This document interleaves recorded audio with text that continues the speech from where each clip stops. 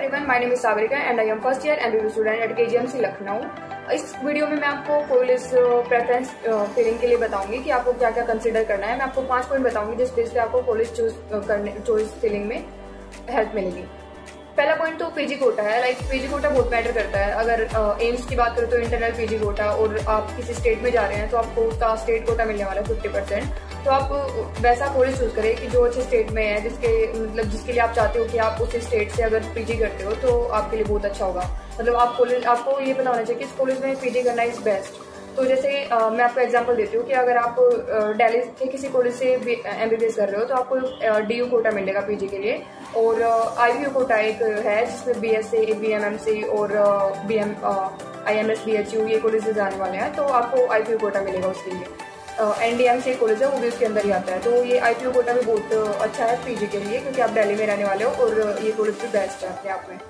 तो अगर आपको ये कॉलेज मिल रहे हैं तो आप पेरिफेरल एम्स की बजाय इनको उठाओ, क्योंकि आप दिल्ली में रहने वाले हो। सबसे बड़ी बात तो यही है अगर आप पीजी वहाँ से कर रहे हो तो। और जैसे कि पेरिफेरल एम्स भी है उनमें इंटरनल पीजी कोटा है, और आप ये भी सोचो कि स्टेट कोटा और इंटरनल पीजी कोटा उन दोनों में से बेस्ट कौन सा है, उसके बाद आप उसको कंसिडर करो। सेकंड पॉइंट है बॉन्ड। तो बॉन्ड सिस्टम जो होता है हर एक स्टेट का अपना अपना अलग होता है, 2 साल का, 3 साल का, 5 साल का, 1 साल का। तो ऐसे ही जैसे हरियाणा में 5 साल का बॉन्ड सिस्टम है, और इसलिए हरियाणा के बच्चे जो जिनके अच्छे मार्क्स होते हैं वो बाहर निकलने की सोचते हैं।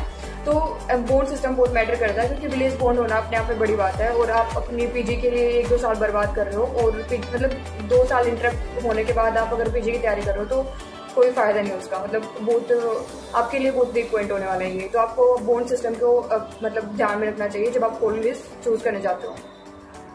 लोकेशन कहाँ पे कॉलेज है ये मैटर काफी ज्यादा तब करता है जब आप कंसिडर करें कि आप अगर नॉर्थ के हो और आप साउथ में जा रहे हो, या फिर आप साउथ के हो तो नॉर्थ में आ रहे हो। जैसे मेरा एक दोस्त है वो भी हरियाणा से है और वो भी मुंबई में है, तो उसको वहाँ पे मराठी सीखनी पड़ेगी, क्योंकि बहुत सारे कॉलेज ऐसे होते हैं लोकल कॉलेज जहाँ पे पेशेंट लोकल आते हैं और उनकी जो लैंग्वेज होती है वो हिंदी भी बोलते हैं। तो अगर आप मतलब पेशेंट अगर हिंदी भी नहीं समझ पा रहा है तो ऑब्वियसली आपको वहाँ की लोकल लैंग्वेज सीखनी पड़ेगी। और मतलब ये भी अपने आप में एक इशू है, आप पढ़ाई भी कर रहे हो साथ में लैंग्वेज सीख रहे हो, आपको समझ नहीं आ रहा है पेशेंट क्या बोल रहा है, तो डील करना बहुत मुश्किल हो जाता है।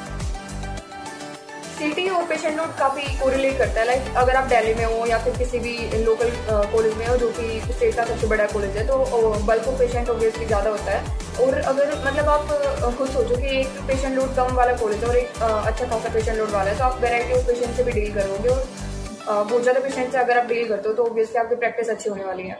तो ये पॉइंट सबसे ज्यादा कंसिडरेशन में मैंने लिया था जब मैंने एम्स ऋषिकेश को छोड़ के केजीएमसी उठाया था। तो मतलब एम्स ऋषिकेश का पेशेंट लोड लगभग 2000 था, और केजीएमसी का पेशेंट लोड 10,000 पर डे है। तो उसी बेस पे मैंने एम्स ऋषिकेश को छोड़ के केजीएमसी उठाया था।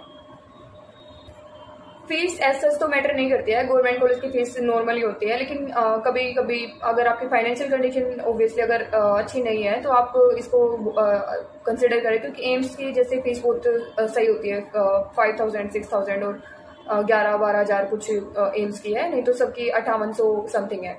लेकिन जो स्टेट कॉलेज होते हैं उनकी फीस लाइक ज्यादा होती है, 54, हमारे केजीएमसी की 54,000 है, और कुछ की 1 लाख 1.5 लाख भी होती है।